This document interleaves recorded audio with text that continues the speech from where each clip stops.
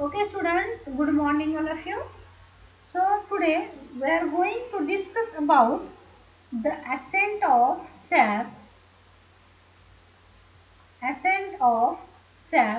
particularly the path of ascent of sap. So there are certain experimental evidences. There are certain experimental evidences evidences that evidence is shown that the ascent of sap takes place through the xylem. Okay, so the first experiment, take a balsam twig. It is known as the balsam twig experiment. So take a twig of balsam plant or take a balsam twig. Okay, so cut the end of this balsam twig under the water. Cut twig under the water. Okay, under water. After that, okay, that means why that branch it should be cut under the water.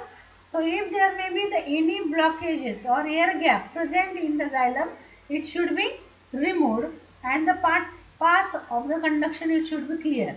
Okay, for that purpose cut the twig under the water and then it is placed in, okay, it is placed in the dilute solution of, it placed in dilute solution of eosine.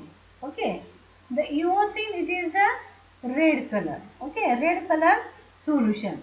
So this eosine red colored solution, so place that cut twig. Okay, and after some time what happened, the leaf veins they turn red. Okay, turn red. Leaf veins they turn red. When they take the TS of stain, it also shows that the xylem, okay, xylem, its xylem tissue is stained red. Okay, red. So it shows that, or it indicates that the xylem water or ascent of sap takes place through the xylem. Okay, it is the first experiment. It is also known as balsam twig experiment. In that, take the balsam twig, cut the twig under the water, then placed in a dilute solution of eosine red. Then after some time, just observe that the leaf veins they turn red and the TS of stem, it also shows that the xylem tissues they turn red, or xylem tissues they taken the red color. Okay, and it indicates that the ascent of sap takes place through the xylem. So it is the first evidence. Okay, then the second evidence of path of ascent of sap is the ringing experiment. Ringing experiment. Okay, so in the ringing experiment, take the two twigs. Okay, take two twigs. From one of the twig, remove the bark. Okay, 2.5 centimeter near about a ring of bark. Remove the ring of bark near about 2.5 centimeter. Okay, so that bark should be completely removed and xylem should be intact. Okay, so in this way, remove the bark of one plant, then keep the leaves intact at the tip. Okay, and then take the another branch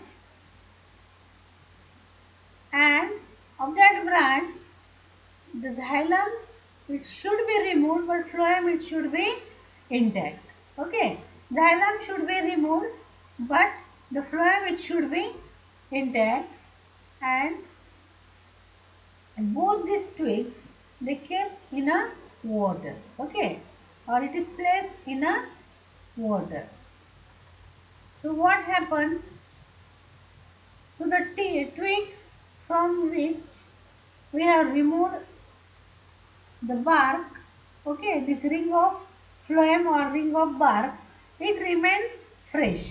But the twig, suppose it is the A twig and it is the B twig. Okay.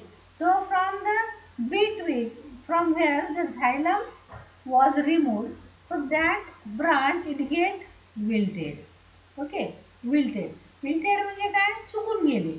And it remain fresh. Okay. So it is known as the ringing experiment.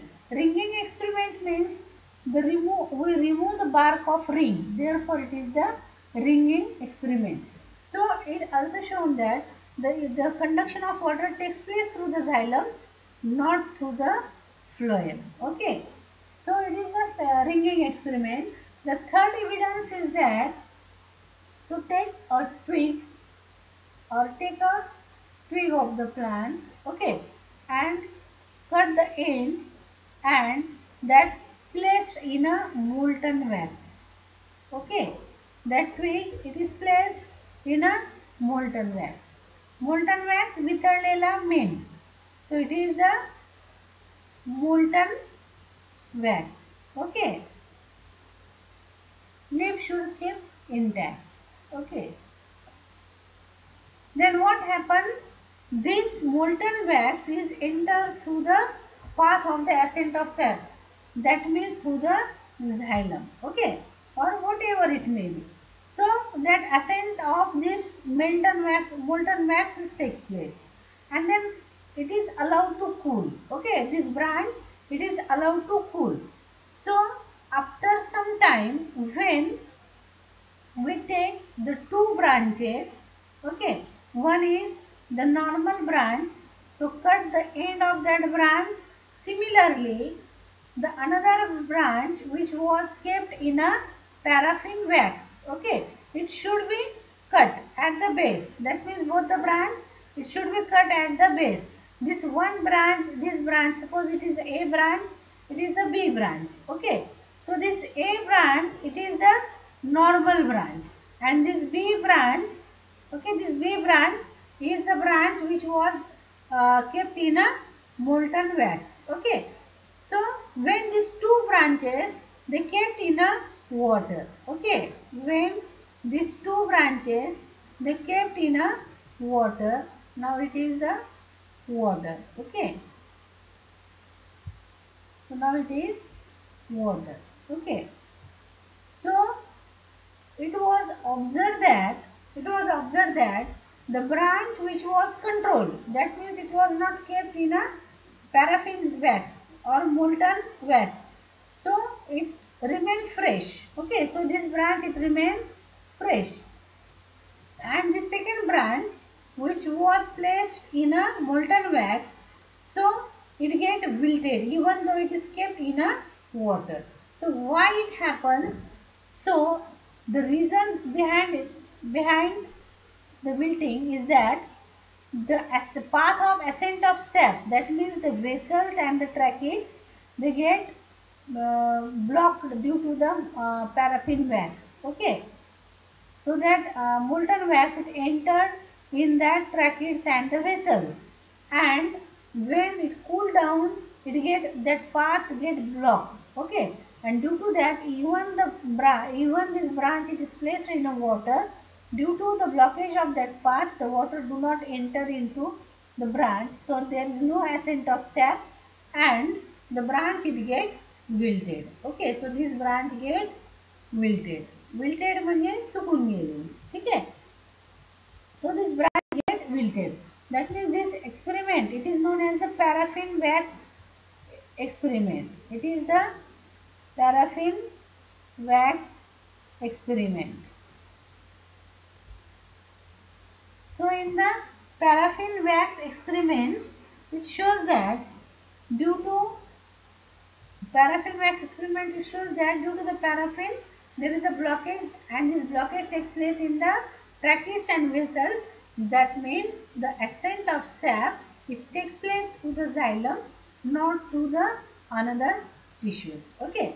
So these are the different evidences. They show that the ascent of sap takes place through the xylem, not through the any other part. Okay. So after the part of ascent of sap, the second important thing is the mechanism of ascent of sap. Okay, the second thing, most important thing, that is the mechanism of ascent of sap. Okay, there are the many tall trees. Okay, like sequoia. That means it is known as the redwood tree. Redwood tree, as well as the eucalyptus. Eucalyptus. Okay, म्हणजे Nilgiri. So these trees, they show their height more than 90 meters. Okay, this shows their height more than 90 meters. Then also the water can easily move from root to the shoot tip. Okay, so the atmospheric pressure is not the only responsible for ascent of sap. So the many workers, they put forth the different theories, or the different workers, they studied how the ascent of sap takes place, and they put forth the different theories, and that different theories they categorize into the three categories. So first theory, okay, theories. So first theory, it is known as the vital theory. The second theory, it is known as the physical force theory. Physical force theory, vital theory, and the third one is the transpiration pool cohesion theory. Transpiration pool cohesion theory or cohesion tension theory. Cohesion tension theory. Okay. So first of all, the vital theory. So according to the vital theory, the living cells. So according to the vital theory, the living cells, they are responsible for the ascent of sap. That means the cells which are surrounding to the xylem. Okay, the living cells surrounding to the xylem. Okay, living cells surrounding or at the border of xylem, they are responsible for the absorption of water. According to the vital theory, the living cells which are at the border of the xylem, that means the xylem parenchyma. So these living cells, they are responsible for the absorption of the water. Okay. The second, the different scientists like Godlewski in 1884, as well as Sir Jagdish Chandra Bose. Okay, Sir Jagdish Chandra Bose in 1923. They put forth these vital theories, and they shown that the living cells which are present at the border of the xylem, they are responsible for the ascent of sap. Then the second theory, that is the physical force theory. Physical force theory. Okay. So according to the physical force theory, there are the number of physical forces. There are the number of physical forces. Okay. So that physical forces, they are responsible for the ascent of sap. And that physical forces, it may be the capillary forces. It may be the capillary forces, or it may be the imbibition or imbibition. Okay. Or it may be the atmospheric pressure. Atmospheric pressure. So these physical forces are responsible for the ascent of sap. According to the physical force theory, the different physical forces like the capillary forces, imbibition, you know the imbibition, when any solid particle, okay, or any solid particle, when it absorbs the liquid, it swells inside. It do not produce the solution. That phenomenon is the imbibition. Okay, that means the swelling of the seed. When we keep the seeds overnight in the water, it shows the swelling. Or during the rainy season, the wooden doors, they get swelled. So that phenomenon is the imbibition. Okay. So the physical forces, imbibition, and the atmospheric pressure. These physical forces, they are responsible for the ascent of sap. And the third theory, that is, according that theory is the worldwide. All these theories, they get partly accepted or get mostly rejected. But the most worldwide accepted theory, that is the transpiration pool. The pool transpiration pool cohesion tension theory. Cohesion tension theory. Okay. So we will discuss a capillary force theory and the transpiration pool cohesion tension theory. Okay. So first of all, this capillary first theory, that is the capillary force theory. Okay. So this capillary force theory, capillary force, it is a physical force. Okay. So according to the Bohme, scientists according to Bohme, in 1809, he suggested that the xylem vessels, they behave as like a capillary. Xylem vessels behave as like capillary. Okay, as like capillary or capillary tube. Okay. So the xylem vessels which are present in the plant, they behave as like the capillary tubes, and the capillarity, it plays the most important role. Okay. So what is the capillarity, or what is the function of this mechanism behind this capillary tube? So when we place these capillary tubes in a water, okay, due to the surface tension of the water, it rises in the capillary tube through that cut end. Okay. So capillary tube, it is open at both the end. Okay. And it is observed that when the diameter is less, more rise in water, and when the diameter is more, then there is a less rise of water. Okay. So it is the capillary tube. Okay. So according to the Bohme, the xylem vessels, they behave as like the capillary tube. So he shown that when the capillary tube, it is placed in a water, okay, it is placed in a water.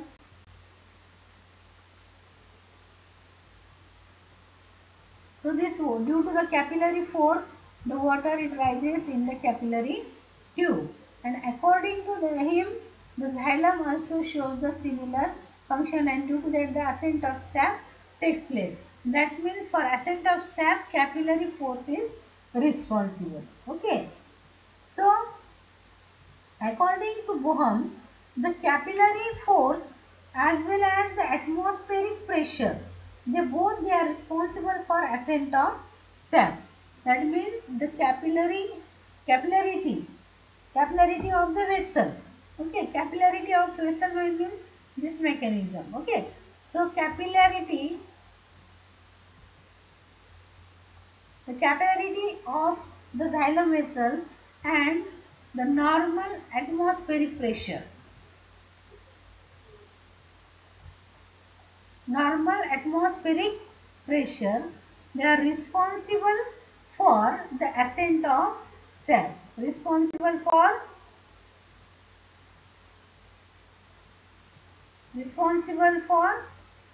ascent of sap. Okay, ascent of sap. But this theory, it also gives some evidences.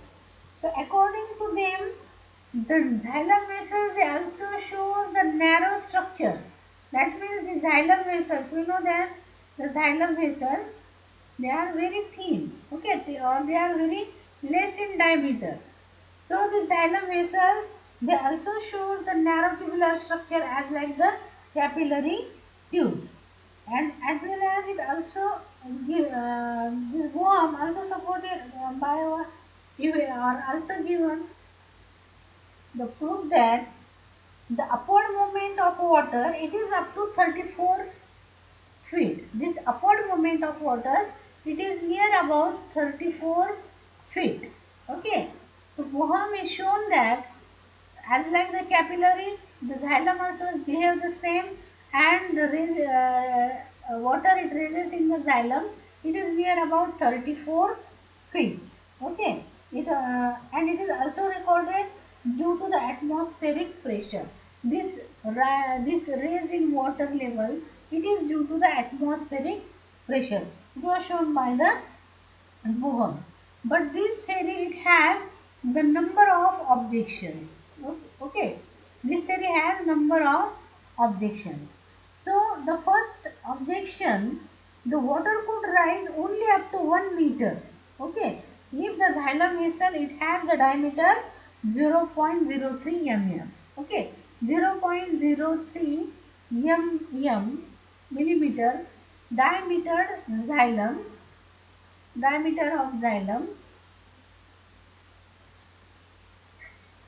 it raises water only up to 1 meter. Okay, it raises water only up to 1 meter. But we know that there are some of the trees like eucalyptus or sequoia. They are more than 90 meters in height. So there is a question about such tall trees. So it is the first objection.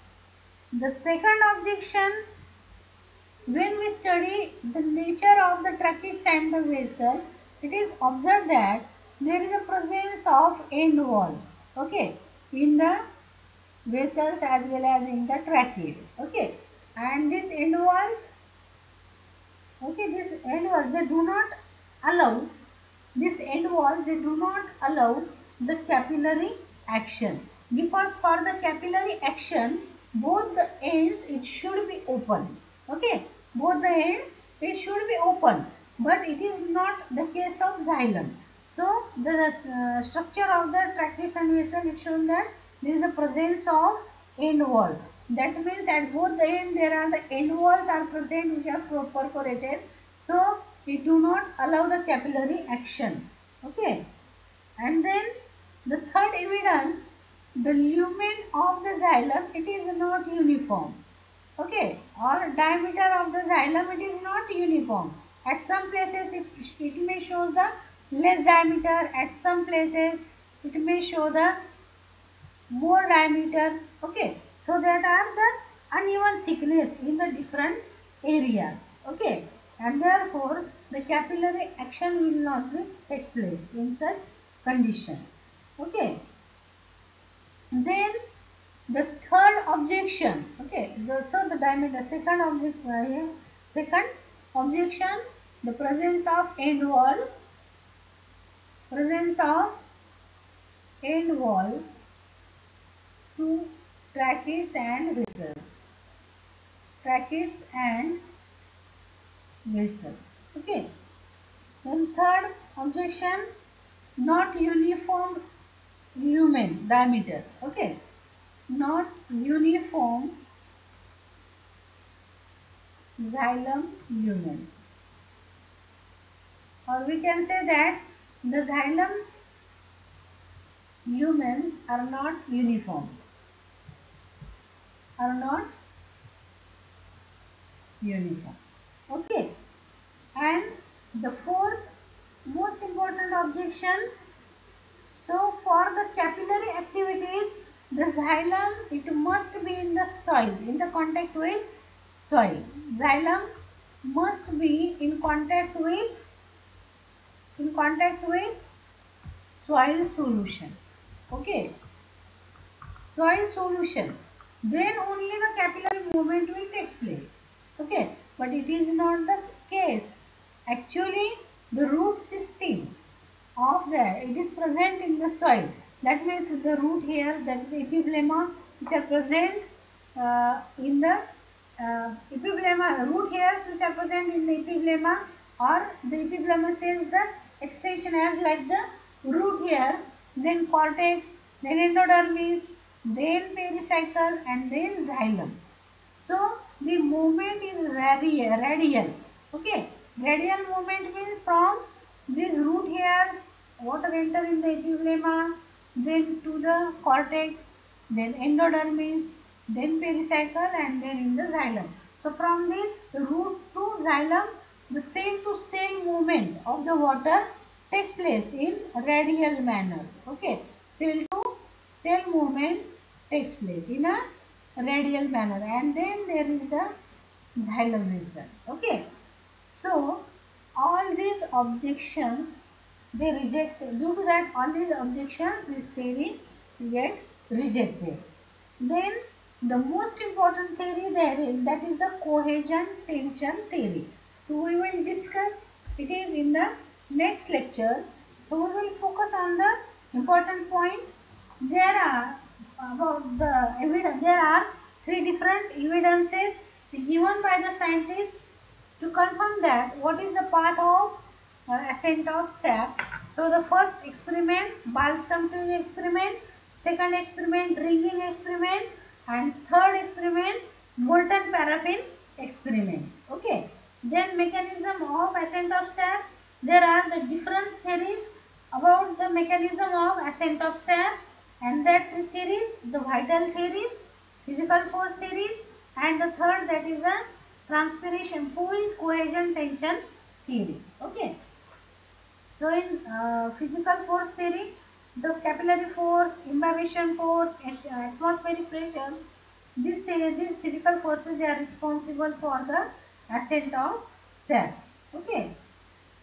So I hope you got the points. Thank you very much.